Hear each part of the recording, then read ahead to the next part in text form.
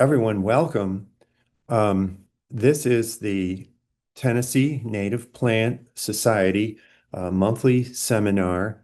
It is August 19th, 2025. This is our August monthly presentation, and we are very, very fortunate tonight to have with us Dr. Jennifer Mandel, who is a plant geneticist and a professor of biological sciences at the University of Memphis in Memphis, Tennessee. And Dr. Mandel is also the director of the Institute for Agricultural and Conservation Research and Education. And her work focuses on the DNA of plants and organisms. And her research and her other work uh, is centers on plant ecology, evolution, and biodiversity. Those are all topics that are of interest to our members, and we're so pleased to have you with us. And so Dr. Mandel has a degree in biology from Carson Newman University. I know that school. They have a very strong science STEM department. And then she also has a PhD from Vanderbilt University in biological sciences. And she also did postdoctoral research at the University of Georgia. So we're dealing with someone who has extensive credentials, and it shows.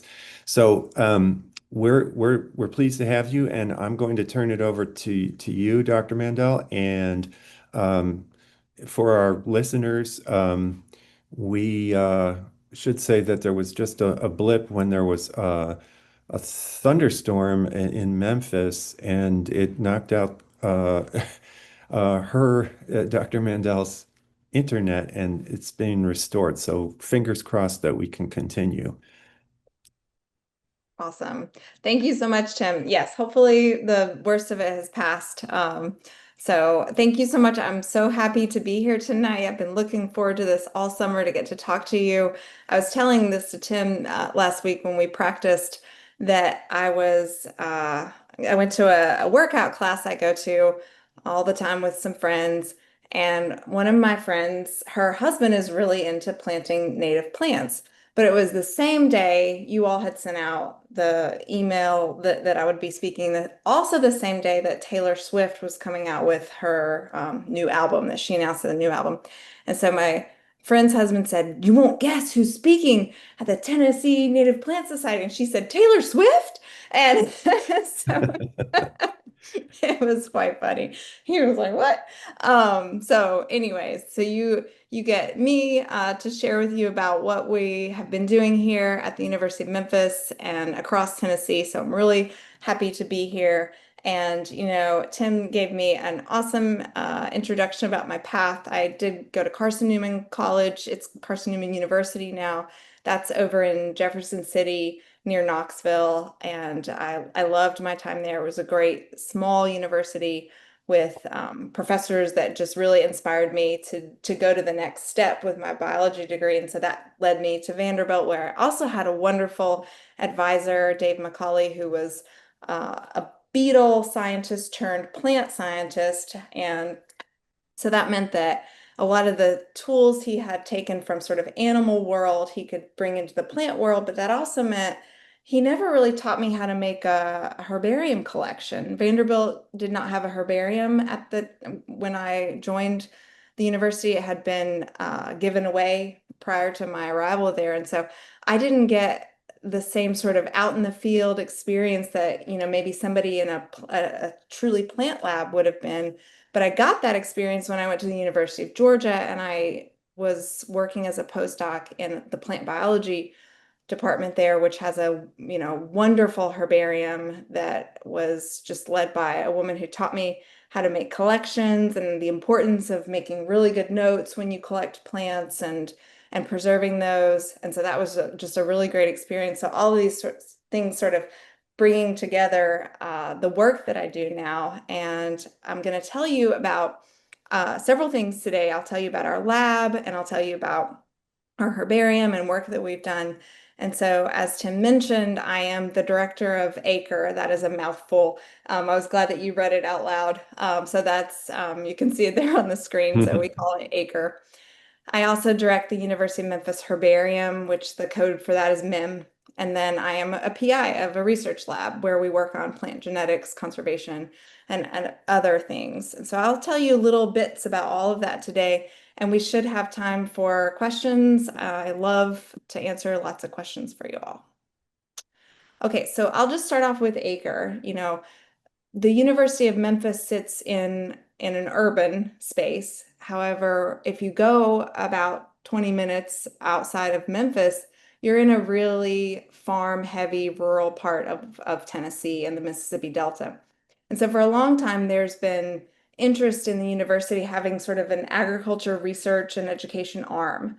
And a couple years ago, the administration said, we really want to be serious about this. And so they asked me to put together sort of a group of faculty that would be interested in this, do some sort of strategic planning around this and pull together what we have on campus and what we could do. And it turns out because of our geography, we have a lot of faculty who work in agriculture and more importantly at the intersection of agriculture and conservation. So this idea of helping both people and helping in the land is something that a lot of faculty have passion for, both in their research and in their education. So we pulled together 15 at least, now we may have more faculty who are working in this space and created this institute that is across different colleges at the university. So that means we have people in biology and chemistry, but we also have people who are in public health. We have people who are engineers, business and marketing. So all of these faculty align underneath ACRE, and we are tasked with both amplifying the research we already have going on campus and then growing that research, but as well bringing in sort of the next generation of students who are going to be trained, both interested and then trained in sustainability and the importance of agriculture for our part of the state and our part of the US. So that's ACRE. And, as I mentioned, we are tasked with being sort of the agriculture research arm at the university. And you can just see a smattering of the projects that we're doing. And, it's not your typical projects you might see at a land grant institution. So I don't know if you all are familiar with that system, but there is typically one or more land grant institutions that were designated in the 1860s by Congress. And so University of Tennessee, Knoxville is our land grant system, and they are tasked with research and teaching and extension. And a lot of the research is important and meant for helping farmers, be more successful in Tennessee.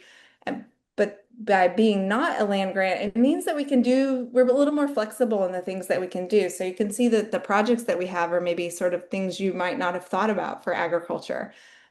Monitoring pathogen buildup in white oak outplanted restorations, or monitoring honeybee pests, that sort of thing, microbiomes in sunflowers. So the research that we do is, again, really about that intersection of agriculture and conservation. And we have some really wonderful partnerships. So Ducks Unlimited is headquartered in Memphis, and we have a course that students can take that is a co-branded, co-taught course with Ducks Unlimited. So the students come in and they do a course that's called Habitat Conservation and Ecology, and they get to learn about waterfowl and plants and ecology and habitats. And we go through the semester, they do activities out in the field. So they plant trees in collaboration with folks like Wolf River Conservancy. And then at the end of the semester, they get, if they pass, they get a certificate from Ducks Unlimited that is an industry certified certificate in that field, as well as course credit from the university. So it's really a cool partnership. And if you can see this picture here, the third one from the left, that's Adam Putnam, who's the CEO of Ducks Unlimited. He stopped by on the first day of class back in the spring. And this gentleman in the front with the duck shirt on was not a plant. He showed up to class with his Ducks Unlimited shirt, and we got that great photo. So very exciting. The students got to talk to people from U.S. Fish and Wildlife Service, the Tennessee National Wildlife Refuge. They spoke with people at NRCS and, of course, Ducks Unlimited. So really trying to get, bring the outside world into the classroom for these students. Many of our students at U of M are from Memphis and are not, they didn't grow up running around in the woods. And so many of them have not even really been out into the field much. And, we took these students back in March to plant trees, and some of the students said, "Oh, I've never dug a hole before." Um, you know, and that's really powerful. It's very exciting for them. And "Oh, I didn't know I would love this." In biology, a lot of the times students think that they need to go into a pre-health field, some sort of health field. And so we try to tell them, that's important, but if you want to help people, there are other ways, and conservation and agriculture is a space for you. So it's a little bit about that. And then I wanted to make sure I tell you about our herbarium. I heard you all had a wonderful couple of visits to the UT Chattanooga Herbarium. And the University of Memphis has a herbarium as well. So a herbarium is a collection of pressed, preserved plant specimens.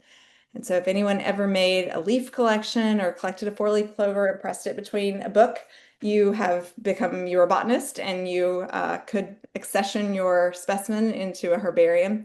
So we have a herbarium at the University of Memphis, and we have these collections. So I've taken sort of some screenshots here of what the ultimate pressed specimen looks like. So you have your dried plant, we glue it to archival paper, and then there's a label on all of those plants. And these sheets are, a big sheet with the plant on there. And the label typically should have the person who collected it, the location, the species name, and any other information. And so it serves as a record in time, a snapshot in time about this plant, where it was, what was around it, was it in flowering. It's a really amazing resource. And just some shots here. Not only is it an amazing resource for scientists, but they're beautiful. I love looking at herbarium specimen. There are also fungi that folks will collect and accession. So, herbaria around the world, there is the largest in the US, is the Missouri Botanic Garden, 7 million specimen. The New York Botanic Garden maybe has more, 7.8, they claim. We'll see. 7 million at Royal Botanic. The largest in Paris is the Natural History Museum, has 9 million specimen. And so super, super impressive. We are also quite impressive at the University of Memphis. We have about 20,000. And so we are considered a small, and it's so funny when I give tours to the, unsuspecting folks, and I say, we have 20,000, and wow. And I say, well, Georgia's got about 400,000. They're like, oh. It's almost like you can't imagine what 7 million is like, right? So 20,000 specimen, and we have a really strong presence in the South. We've got a lot of Kentucky specimen, Tennessee, Arkansas. It's about 20,000 of those there. And of course, our herbaria are critical for preserving genetic resources. So our oldest collection at the MIM Herbarium is 1899. And I love to tell people that, we could pull a leaf off of that specimen and extract DNA from that leaf and study it if we wanted. And that is before, 50 years, 60 years before we even really knew what DNA was.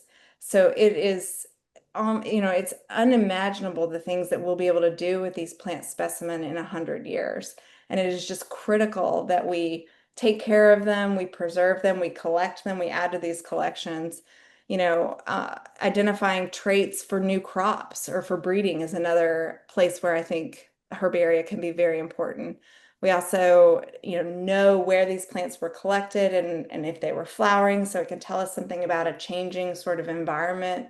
And we can also, with a lot of these collections have seeds, and so you can have seed banks. So if you are wanting to do some sort of restoration project or agricultural project, is really an important resource for us. And something else that's really cool that we've been doing this summer in our herbarium is we have a student from one of the high schools here so a high school student, it's very, very cool. So she's like 17 years old. She came and she spent the summer with us, and she is taking herbarium tissue and pureeing it with water or alcohol. And she's taking that leaf sort of puree and testing out antimicrobial activity. So antibiotic resistance is a really huge, it's a really big problem in the medical field. We are constantly looking for new sources of antibiotics, new sources of antifungals, and plants hold a lot of the key to that. Many of our antimicrobials come from plants, and a lot of plants have never been assayed for their antimicrobial activity. So Lucy came to our lab and was interested in both plants, which a lot of high school students, well, not a lot of high school students come to me and say they're interested in plants. Let's just say that. And so when she said, I don't like plants, I said, you are going to be in our lab this summer. And so Lucy has been this summer looking to see what leaves have some sort of antimicrobial activity. And this summer, she found about 20 plants that have activity against bacteria. And so we're taking those over to the chemists in our buildings, and we're going to do some analysis to look to see, well, what is exactly in there that could be contributing to this antimicrobialness. So we're really excited about that. And it's just really neat to see a student as part of a project like that. So herbaria, sort of an unexpected use of a herbarium. All right. So we also have at the university research greenhouses and a seed bank. So we have over 2,000 seed accessions that are representing 250 species. We have a really strong crop wild relative focus. So that means the wild relatives of our crops. So wild sunflower or wild carrot, for example. And I love giving tours to folks to show them what we have. I think people are often surprised how interested they are in plants. You guys probably see that too. It's very neat to see. So as a resource we have there. As the third sort of hat that I wear, I guess, at the university is I am a researcher. And in our lab, we're really interested in biodiversity. And I think that's really what interested me in science in the first place. I'm from Crossville, Cumberland County, and I loved being outdoors. And I didn't like dissecting things in biology class, but I loved science and I loved math. And I loved, hiking and looking at trees and thinking about plants and thinking about why they were there, why they weren't there. And I had an opportunity to volunteer at the Great Smoky Mountains for one of their biodiversity inventories that they were doing when I was in high school. And that just got me really excited that there were people out there who were going into the woods and collecting and identifying things. I thought, this is so cool. And so I ended up telling I think it was my Sunday school teacher, I was like, I'm so interested in this, but I don't know what I should go to college for. How do I go be this? And what was really great, her husband worked for one of the natural resource agencies in the state. And so he got me on the phone with our state botanist that I was able to talk to. And I just had a conversation standing in my kitchen. I remember, asking, what do I need to do? What should I study in college? And he said, you need to go get a biology degree. You go get a biology degree and you can go a lot of places from there. And that was wonderful advice. And that's really where I ended up going to Carson Newman and realizing I still love plants and traveling over there to Vandy to work on plants. And so again, all of these experiences really led us to be, me and my lab, to be really interested in plant biodiversity. And the things that we do in plant biodiversity range from looking at genetic diversity in different plant populations. We also are very interested in the DNA, the genomes of these organisms, and how that can help us understand things like how to protect them or how to enhance them as a crop. And then we're also really interested in this field of phylogenetics, which is understanding how different plant species are related to one another. And the underlying theme here, maybe you can see, is really DNA. We love working with DNA and molecular studies. And our work is really, it spans this sort of applied to theoretical continuum. And you can see I kind of put on the more applied side, I would say that's our conservation and biodiversity work and also our agricultural work. Then we also have, interest in understanding the tools and the analyses that we use and how we can make them better so that we can, make better predictions for conservation or for agriculture. And when a student comes in my lab, it's often, some of them kind of they gravitate towards one or more of these, So I have, one of my, best PhD students, she never liked to be in the field. She loved to be in front of a computer, right? We went out to the field a couple times and one time she said, "Do you enjoy this?" And I was like, "Yeah." She's like, "I don't. Is that okay?" I'm like, "It's okay." We need people to do data analysis too. Or you have someone who can't stand to sit in front of a computer and wants to be out in the field. And so the work that we do really can go both ways. You can be sort of in the middle. So I think that's what's really neat about some of the work that we do. And of course, we study all these things in the best plant family on Earth. It's the sunflower family. So that is the Asteraceae. Some people call it the Compositae or the daisy family. It really depends where you are in the world, what you call this family, but it is the largest plant family on Earth, the sunflower family. And it is there's a second close runner-up are the orchids, but sunflowers have more described species than any other plant family. And then there's the bean family, the coffee family, and the grass family. So these five families make up at least 30% or maybe a little bit more of all flowering plants on Earth. So we kind of refer to these as mega plant families, with sunflower again being the largest. And because the sunflower family is so large and sometimes unwieldy, we divide the sunflower family into tribes. So this is sort of a taxonomic level below family. If you remember your kingdom, phylum, class, order, family. So a tribe would be underneath that, but above, say, genus. And there are about 50 described tribes in the sunflower family. And I'll try to sort of point out. So you may know, the daisies, those are in the Asteraceae, so that's that big circle there in the top.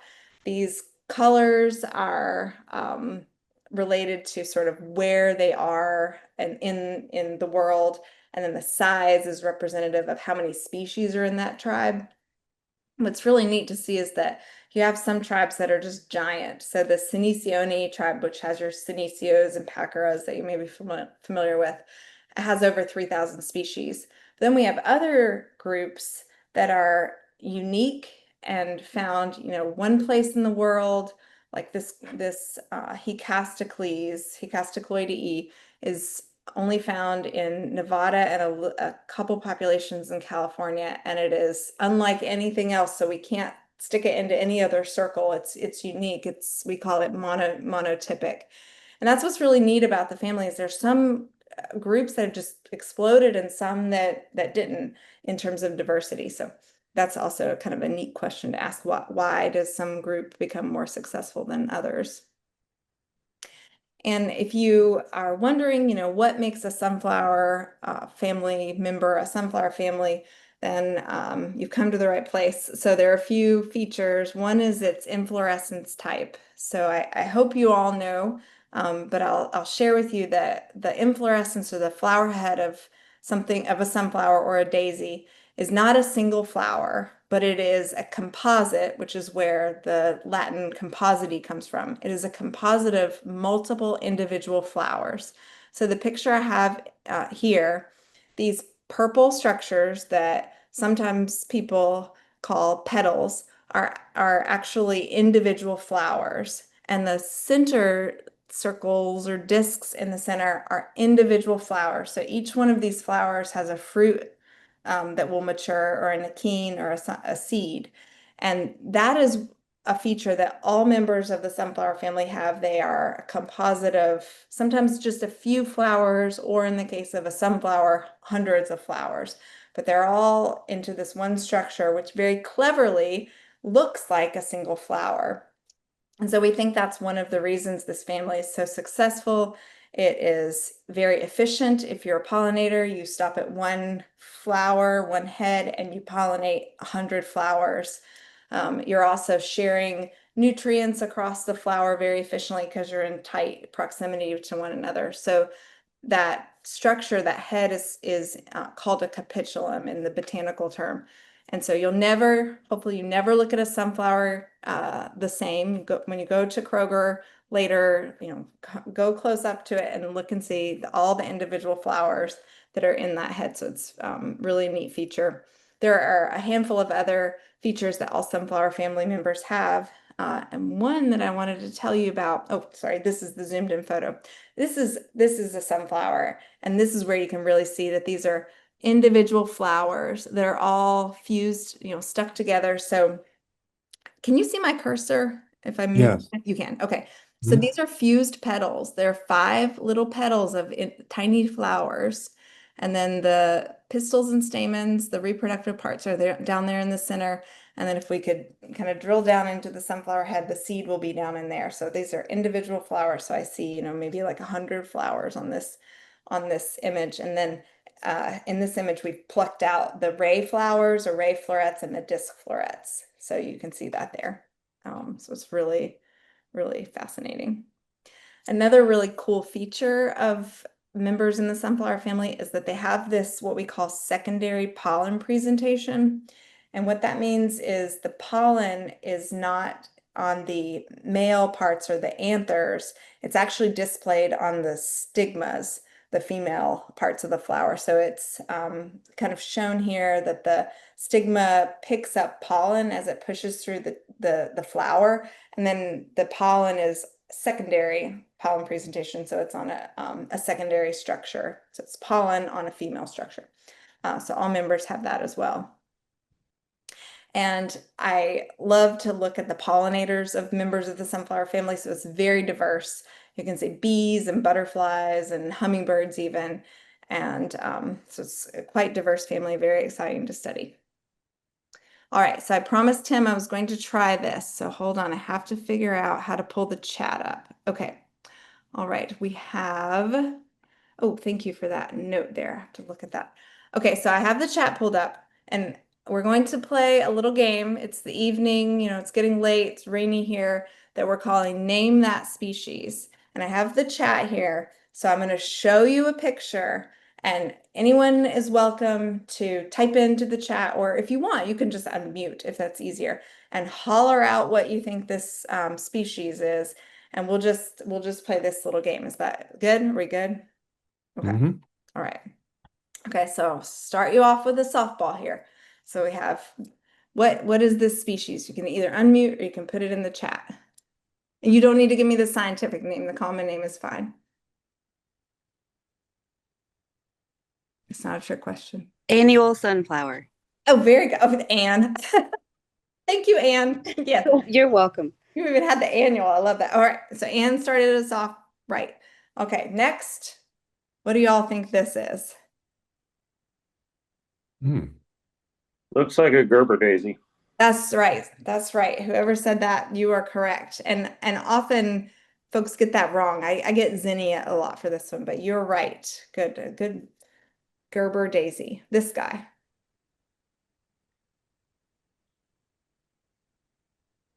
The thistle.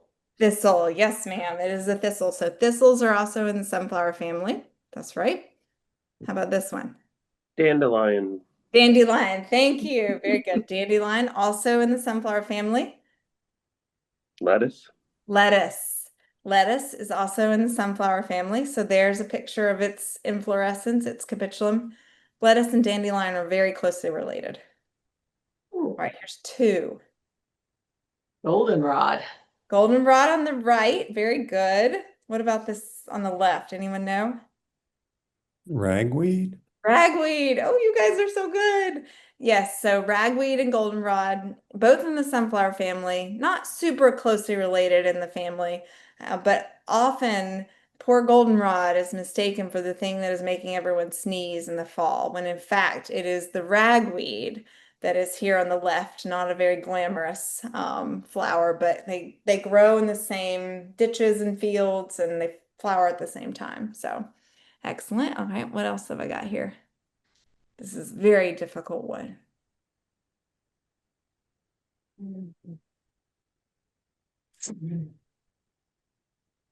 This is stevia. So Oh. this is a plant in the sunflower family where we get our sugar substitute Truvia from, and it is from South America, most diverse in Paraguay. So stevia is also in the sunflower family. And these I won't make you guess, but you guys did amazing on the other ones. But these plants are also species in the sunflower family. So the one on the left is a tree that is native to Brazil, and it is doesn't have a common name. Its genus is Daisy-phyllum. So this species is in the sunflower family.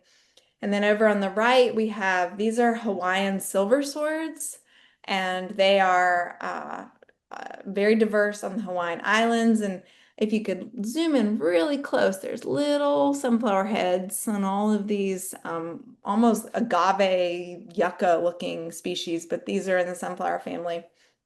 And then on the lower right, these are related to Senecio, but they're from Africa. And these are huge, giant sort of tree-like structures that can be 30, 50 feet tall. And they are also in the sunflower family. And so I show you all of these to tell you that there's a lot of things in the Asteraceae that you're familiar with, but there's a lot of diversity out there that you almost would never imagine a tree related to a sunflower. So we're really fascinated by this. How did this happen? What does the DNA tell us about it? You know, what can we learn? A few more that I love to show. So on the left, these are in a tribe called Nephalae. I'm going to move my images there. And this is very cool because these are several little heads kind of tightly clustered. And then these white structures are not flowers. They are very hairy bracts or leaves around the heads of those of that plant. But again, to an unsuspecting eye or a pollinator, it looks like a single flower. So it's really amazing the sort of almost mimicry that things in the sunflower family have done. And then this species looks like coral to me. Paper daisies you may have heard of. Paper daisies are common to sort of have as an ornamental. This looks like some moss, but it's a sunflower member that grows in Australia. And then this species looks like a grass with little sunflower heads on it that is native to Uruguay. So lots of amazing diversity in the family. So lots of things for us to study and ask questions about. And just to show you here on this slide, this is to convince you that, you know, there is a lot of beauty in the family, but there's a lot of uses for the sunflower family, sort of economic uses. We have human foods. I mentioned lettuce, artichokes, are thistles that are in the sunflower family, food additives, medicines. It's typically thought of as the #1 horticulture gardening plant. So lots of uses of sunflowers and their relatives. And because there are more than 30,000 species and they're so diverse, this is the question that keeps most of the people in our lab awake at night, maybe, is why are there so many sunflowers? You know, how is this one plant family with these, you know, few, you know, defining morphological features, how has it become so successful? And, you know, as any good scientist, we have lots of hypotheses of why this could be. So we think about, you know, maybe it's that inflorescence, that flower type. Maybe that's the reason it's so successful. Maybe it's something about the way it can disperse across a landscape.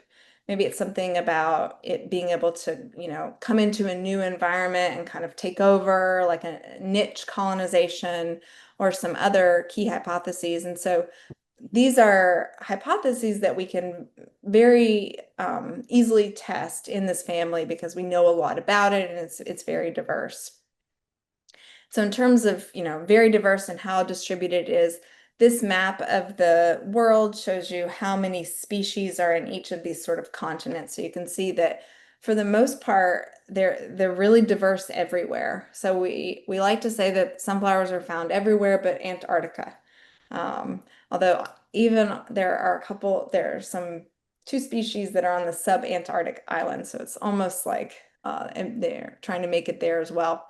But there are so many herbaria that we work with across the world, and it's really cool because the sunflower family is found everywhere. It means we work with people who are found everywhere. And so we have colleagues who are in Australia or South Africa or China or Europe. And we often are working with their herbaria to exchange specimen or travel there to study what they have. And we are members of this group called TICA, which is the International Composite Alliance. And it's an alliance or an organization of all these different groups of people, scientists who study the sunflower family. And all of this sort of questions about, how sunflowers became so successful has led us to create a sunflower tree of life. And these are the folks that were initially involved in that. There was professors, graduate students, postdocs, all different places they were from and career stages to put together this sunflower tree of life. And this is it. This is sort of a shrunken down version of the sunflower tree of life. So I mentioned there are 30,000 species in the family. Well, no one has yet sampled all 30,000. So we typically pick sort of representatives of each of those groups, like those tribes that I showed you with the circles. And you can see that this is a family tree or a phylogeny. And this helps us know essentially who's related to whom in the family. And across the top, I have the images of the different sort of representatives we've looked at. So in this sunflower tree of life, this one has about 250 species, but now we're working with some folks at the Kew Botanic Garden, and I think we have over 2,000 species. So still only a dent in this large plant family, but a lot of work. So every single species that we've studied in this tree, we've sampled them for their DNA to use their DNA to essentially kind of like 23andMe sort of style to understand how they're closely related to one another. And we've learned a lot of things as we've gone along the way with this sunflower tree of life. And we learned that from dating this tree, these species with fossils, there seems to be a Cretaceous origin of the family. So that would mean about 60 million years ago, this plant family appeared in the fossil record. And our tree of life has told us a lot about how the family, where it originated, where it first sort of appeared in geologic time, and how it moved across the earth.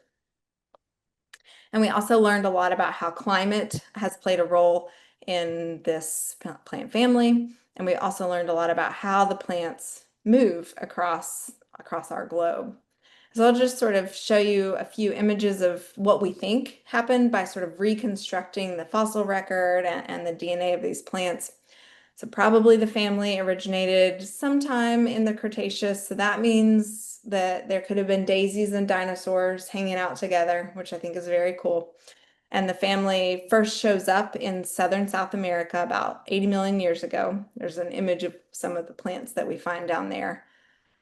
And as we march sort of through geologic time and think about how the climate on Earth changed, we see that the family probably migrated, or members moved out of South America to North America, then over to Asia, Africa, and then out of Africa dispersed to all of the continents now on Earth, making up the 30,000 species that we have.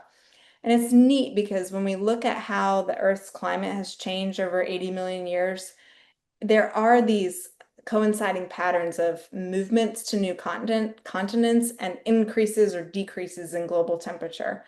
So when the climate changes very drastically, plants move. And I think that's really an interesting thing for us to think about as we go forward studying how plants are changing in our environment. And, because this family is so diverse, there are a lot of other things that I won't tell you about today, but there are a lot of people who are interested in the secondary chemistry of plants. So if we kind of think back to that work that high school student was doing to look at antimicrobial content of these plants, their chemistry, their secondary chemistry that the plants produce to essentially defend them from herbivores and things like that, can also help us with things like antimicrobials. So people are interested in that, in those types of hypotheses as well. Okay, so I'm just going to finish up with a little bit about some native Tennessee sunflowers that I love to tell you about. So when I was at Vanderbilt, I, showed up there and I knew I wanted to work on plants, but I didn't know what plant. And so my PhD advisor picked up the Tennessean one Sunday, and there was a little article about this species called Helianthus verticillatus, or the world sunflower. And again, I'm sorry I can't see you all, but hopefully many of you have heard of this species, the world sunflower. It's native to West Tennessee. And Dave, my PhD advisor, reading about this in the newspaper. Interestingly, the article was written by the same guy I was talking on the phone to about 10 years before about what should I do with my biology degree. So it's really cool. The state botanist had written this article. So very cool connections there. And so this species was discovered in the 1890s, but then it was so rare in West Tennessee, it was not found again in nature until the 1990s.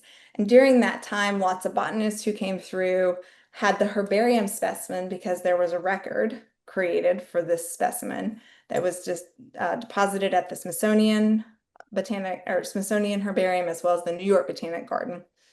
And wasn't found in nature, and so probably it was just a hybrid or some strange plant. But in the 1990s, whole populations of the world sunflower were rediscovered, and some scientists redescribed the species and brought the world sunflower back to everyone's attention. And that's when, about that time, is when I started my PhD.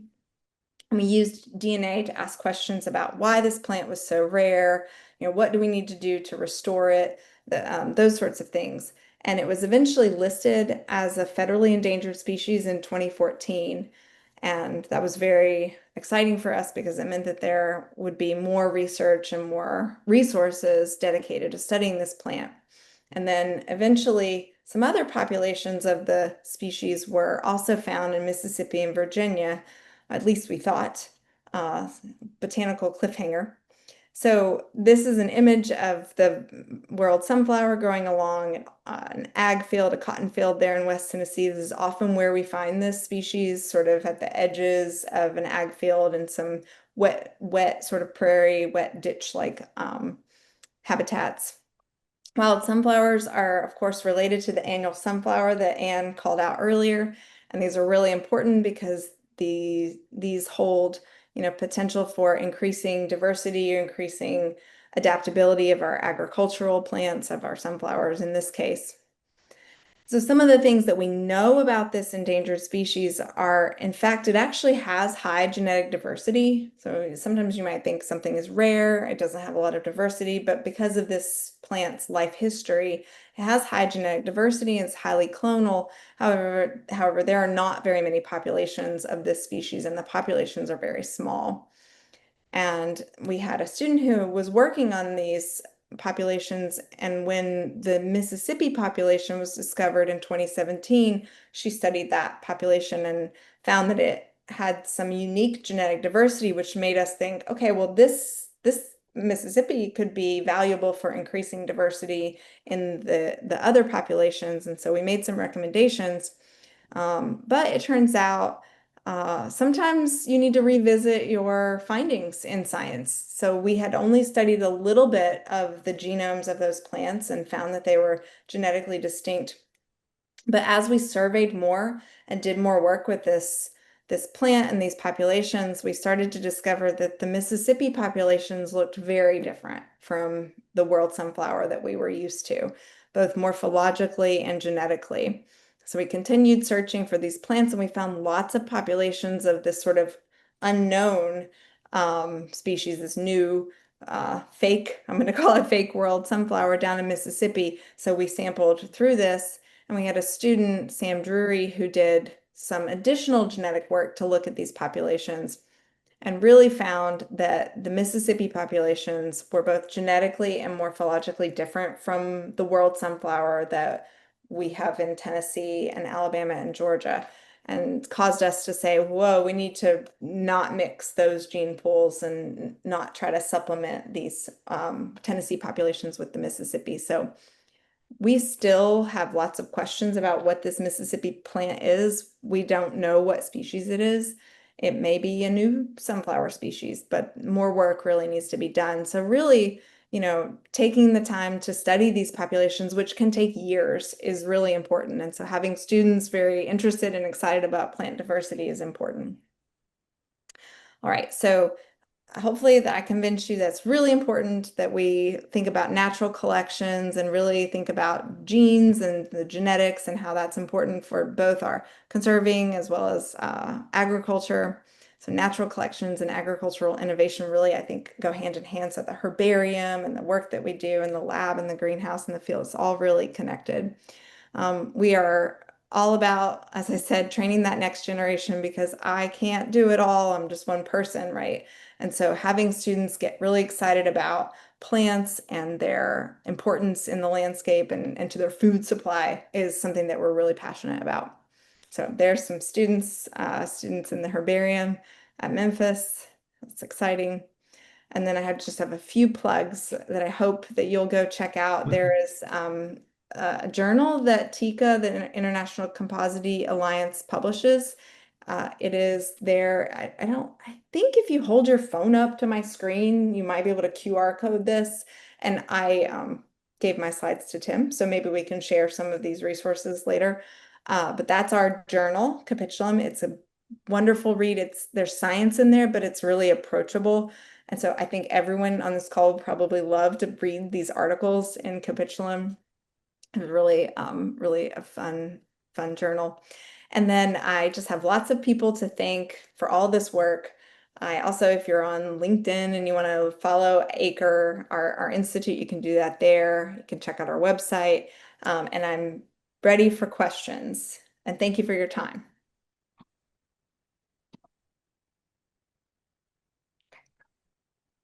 And I don't know if maybe I'm trying to, let's see. Yeah. Oh, there's everybody. Okay.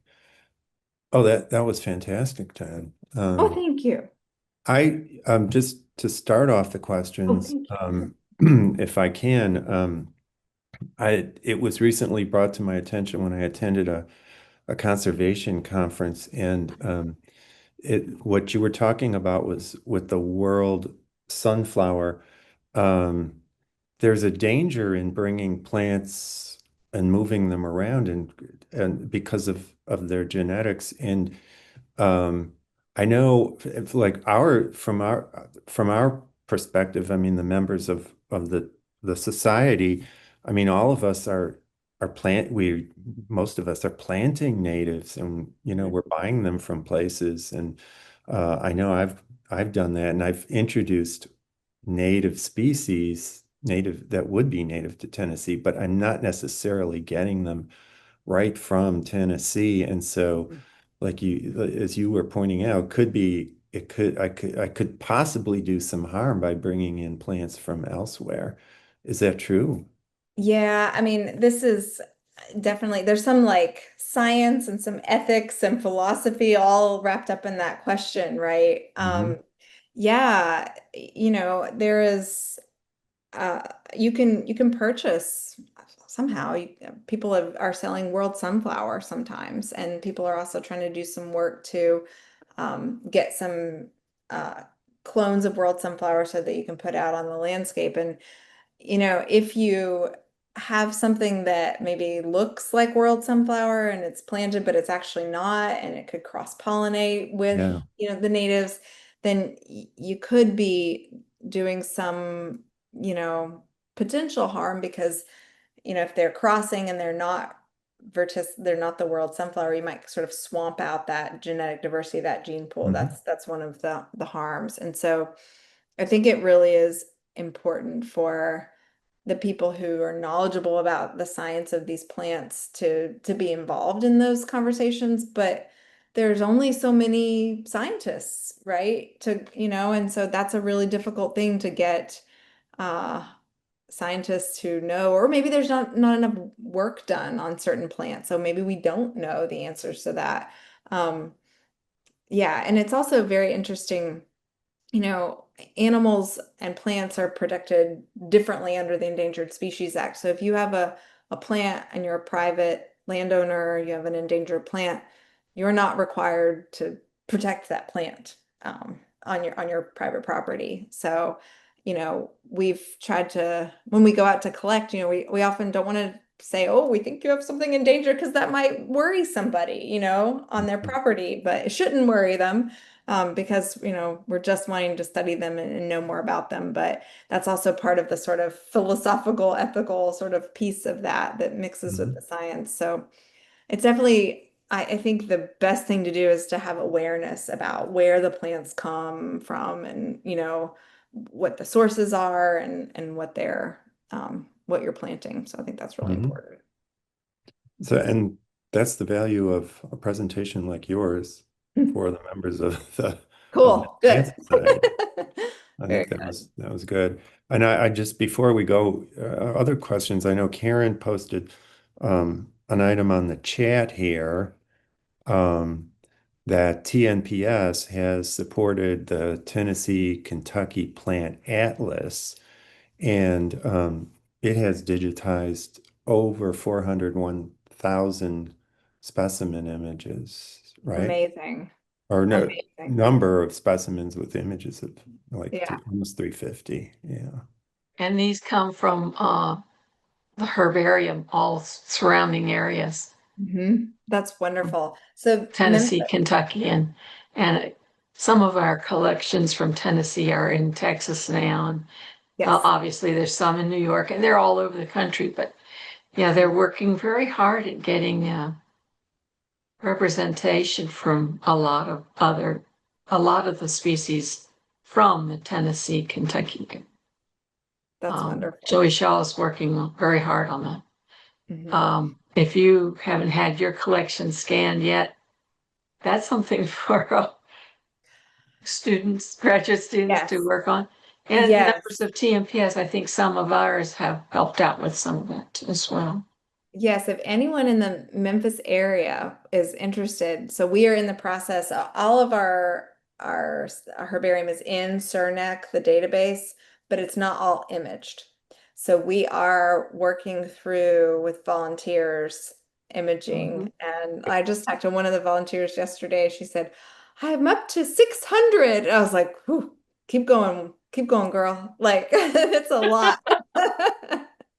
So it's not hard work either. It just takes a while, and so having volunteers is amazing, like champions for the herbarium. So thank Yeah, you. I'll put in a plug for Joey, Good. Dr. Shaw, in that I know he would always take some more volunteers, and especially members of TNPS who have some knowledge of what they're doing, Exactly. or would be quicker learners than the Yeah, average person. exactly. Yes. Thank you. So, Always looking for those volunteers. The hardest part we have at Memphis is finding where the volunteers can park. That's a little problem at every problems can be university. At a major, though. university, right? Yes. So I'm working on it Frustrating. though. Yeah. I have a quick HVERT question / update. So I've had some volunteer in my yard from, Really? yes. And so they could be hybrids Mhm. between the Jackson Mhm. plants and the other hybrid population I had. So I should probably bring you. Yeah. Yeah, I need to bring you some of that. Yeah. I mean, bring me whatever you have. If you would dig up some so we can put it in a pot in the greenhouse, or if you have some That would be Okay, I could best. do that. actually. Yeah, because they Yeah. kind of volunteered. They've put themselves in a spot where they really are in my way. So okay. It's Okay, so funny. It's endangered, but they tend to do that. They are quite yeah. weak. And yeah, they did that some at the Botanic Garden, and I did my best to get them out of the ground. Or not out of the ground. The hybrid ones got planted there purposefully, Mhm. but there were some volunteers in nursery areas. And I know they'll get sprayed, but I also did my best to destroy those so we don't have to worry about Mhm. we don't have to worry about those. Hard work. Yeah. But anyway, okay, great. I will Thank dig you. them up. I'll be bringing you sunflowers that I'm unsure about. Great. All right. What a great side to this talk that I get more Yeah. sunflowers. Yeah. That's Yay. awesome. Thank you.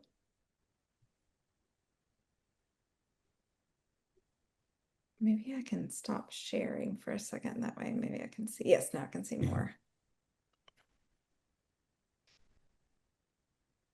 This was extremely informative. And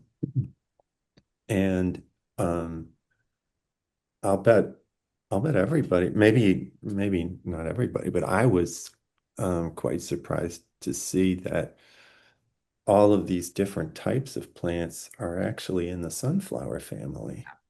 Yeah. Mhm. It's now you can, next time you're at a party, you can impress your friends. Did you know lettuce is a sunflower? Did you know? Very cool. Thank you so very much. It was quite informative. Yes, thank you. Do you have any more questions, folks? I do. I think also too, acquainting us with all of the things that are going on at the University of Memphis in your department is good for us to know. I know a lot of isn't it true? Everyone could agree that, I mean, we have a diverse type of membership, so we have scientists and then we have amateurs like me, but um, yeah, what you've presented, Jennifer, with all of the activities, acquainting us with the students, what's going on, the research, this is valuable information for us and for our Yeah, members. good. As you're talking to other folks in your sort of sphere and network, let them know lots of great things going on at University of Memphis, all over the place with plants and agriculture, and really trying to get the word out on that and get more students interested. We're actually in the process of strategizing, strategic planning around a new major at the university. So the students right now can get a minor in agriculture studies, and there's some other minors in like environmental science, environmental studies, but they're all minors. And so students still need to go get a biology degree and add on this thing. And it really, students, it helps when there's more of a linear path to get to what they want to do. It's, a lot of people come into conservation in different ways. And so it's often later that people come into conservation.